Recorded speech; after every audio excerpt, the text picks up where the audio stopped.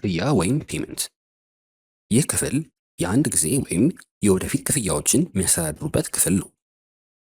ገጹን ሲከፍቱ መጀመሪያ የገቢ ሁኔታን የሚያሳይ አጠቃላይ የፋይናንስ እይታ ወይም ፋይናንሻል ኦቨርቪው ያገኛሉ። ከሱ በታች ከዚህ በፊት የተመዘገቡ የክፍያዎችን ዝርዝር የሚያገኙ ሲሆን በዝርዝሩ ውስጥ የክፍያ መለያ፣ ስም፣ የክፍያውን ምክንያት፣ አይነት፣ የቴሌብር ደረሰኝ እንዲሁም የቅጣት መጠንን ጨምሮ በርካታ መረጃዎችን ያገኛሉ።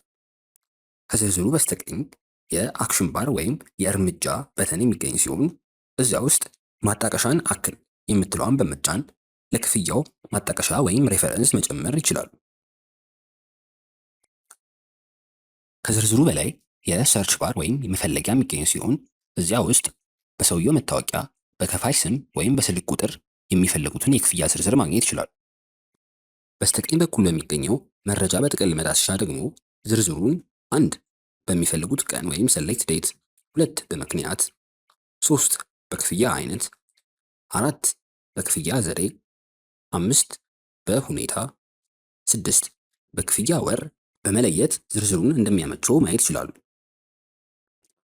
ኤክስፖርት በሚያደርጉበት ወይም ዝርዝሩን በሚወስዱበት ሰዓት የሚወጣሉት ዝርዝር ገጹ ላይ በሚገኘው ረድፍ ብቻ ስለሆነ የሚፈልጉትን ረድፍ ለማብዛት ከዝርዝሩ በታች መጨረሻ ላይ የሚገኘውን በገጽ ያሉ ረድፎች የሚለውን በመንካት የሚፈልጉትን የረድፍ ብዛት መቀነስ ወይም ማብዛት ይችላሉ። አዲስ ክፍያ ለመመዝገብ ከላይ በስተቀኝ በኩል ክፍያ ይላኩ ወይም ክሬት ፔመንት የሚለውን ይጫኑ። ይህም በሚጫኑበት ጊዜ 3 ምርጫዎች ይመጣልዎታል። አንደኛ፣ የአንድ ጊዜ ክፍያ። ይህ አንድ ጊዜ ለሚደረጉ ክፍያዎች የሚያገለግል ሲሆን እንደገቡ ለመመዝገብ በቅድሚያ የክፍያውን መደብ ይምረጡ። በመቀጠል የመድረሻውን ቀን ይምረጡ። ከዚያም ክፍያውን የሚመለከተው ማን እንደሆነ ሲመርጡ ከስር ዝርዝር የሚያገኙ ሲሆን እዛ ዝርዝር ውስጥ የሚመለከተውን አካል በመምረጥ መመዝገብ ይችላሉ። የፓርኪንግ ክፍያ ከሆነ ደግሞ በስተቀኝ በኩል የፓርኪንግ ክፍያ የምትለዋን ይጫኑ። ከዚያም በሚመጣሉት ዝርዝር ውስጥ የቁጥሩን ሰሌዳ ወይም የሚመለከተውን ሰው በመምረጥ የአንድ ጊዜ ክፍያውን እታች ባለው ክፍያ ይላኩ የሚለውን በመጫን መመዝገብ ይችላሉ። ሁለተኛ፣ ቅድመ ክፍያ።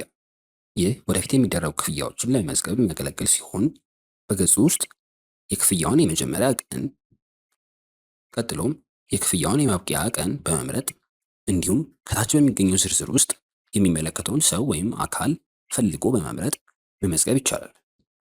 ዝርዝሩን ሞልተው ሲያጠናቅቁ ከታች ክፍያ ይላኩ የሚለውን በመጫን ክፍያውን መመዝገብ ይችላሉ። ሶስተኛ፣ የኋላ ክፍያ።